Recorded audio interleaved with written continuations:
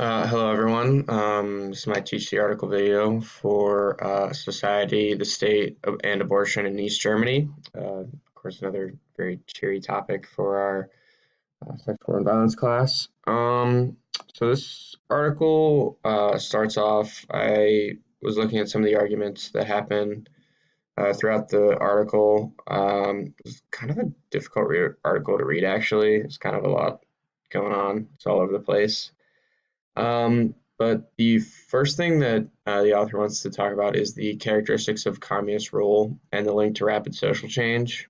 Um, when we tend to think about communist rule, especially here in the US, you tend to think about like harsh laws, kind of state surveillance, state censorship, the state ownership of like different parts of the economic sector and that type of thing. But this author argues that sometimes this extreme like influence of laws and like harsh laws by the government can actually increase backlash and change the amount of time it takes for social change to occur. Obviously, when you're told you can't do something, people tend to kind of want to do the opposite of that. So I think that's what the author wants to argue with that point. The next point they want to make is the relationship between communist states and their society. This is also like very similar to the first point, um, where it's like a very odd relationship between the state and its people, especially in this East Germany case that we'll talk about. It's very much a communist country with state surveillance and state sponsorship or censorship, but this we'll see this like lackadaisical kind of view to abortion laws later in East Germany, not so much in the beginning of East Germany, which I'll talk about in this presentation as well. Um, but it's kind of an odd change in a communist state for the time. So we'll kind of go into why that is. And finally, the last point is the path of abortion reform and rights of women in East Germany kind of changed a lot in the 1950s and 50s to the 70s. In Germany, we do see a massive increase of women's rights compared to like most other Soviet bloc states at the time. Um, this is due to the amount of pressure that's put on the women to join the workforce after this time, because obviously Germany was rebuilding after the war. Um, and when you're rebuilding a country like that, you tend to need everyone you can to join in the effort. So we see this a lot, uh, this kind of increase of women's rights as they join the workforce in more numbers. I mean, some of the major examples I'm sure we're all aware of is the increase of women's rights after them being in the workforce in large numbers during the Second World War. We see lots of social change directly after that.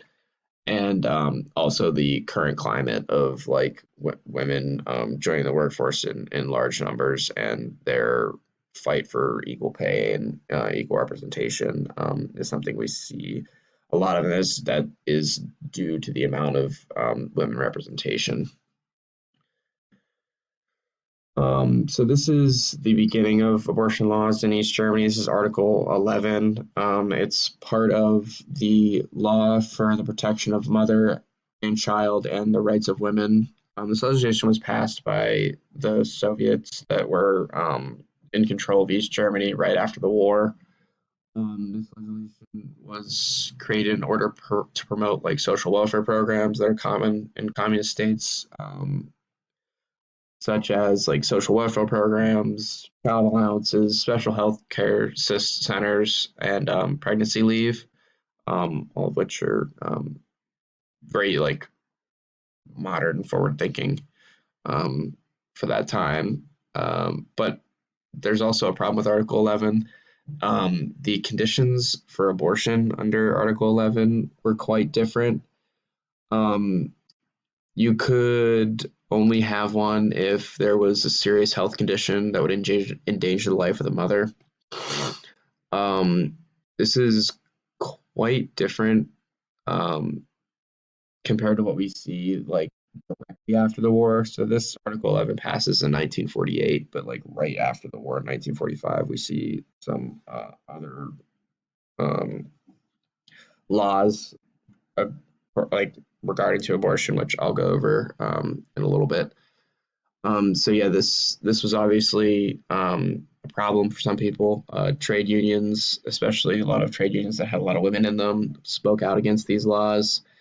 One of the quotes that I found in the article to be quite interesting was, "Why do they want so many children? That would be like Hitler." So it was which is quite a very big controversial thing to say.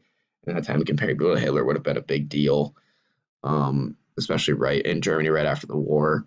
Of course, these outbursts of emotion and wanting for social change don't last very long, as they tend not to in communist countries with harsh censorship laws.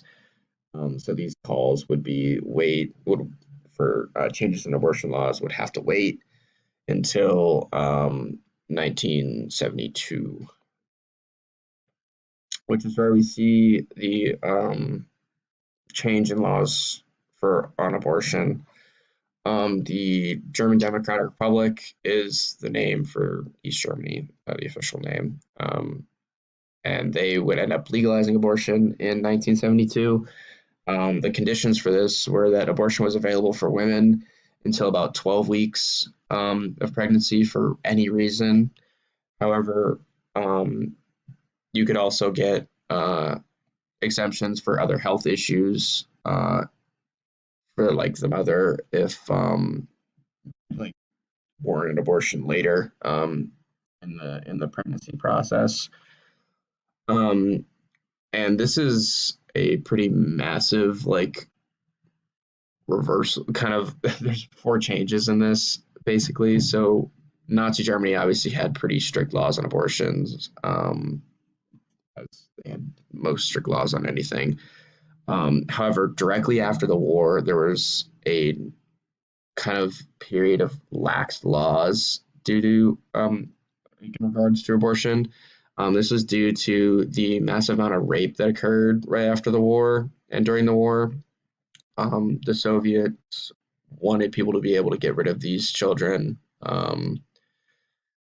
so they could terminate these pregnancies if they were resulted from rape with little to no recourse. Then, of course, that changes with the 1948 law, and then changes back again with the 1972 law, putting in the 12-week restrictions.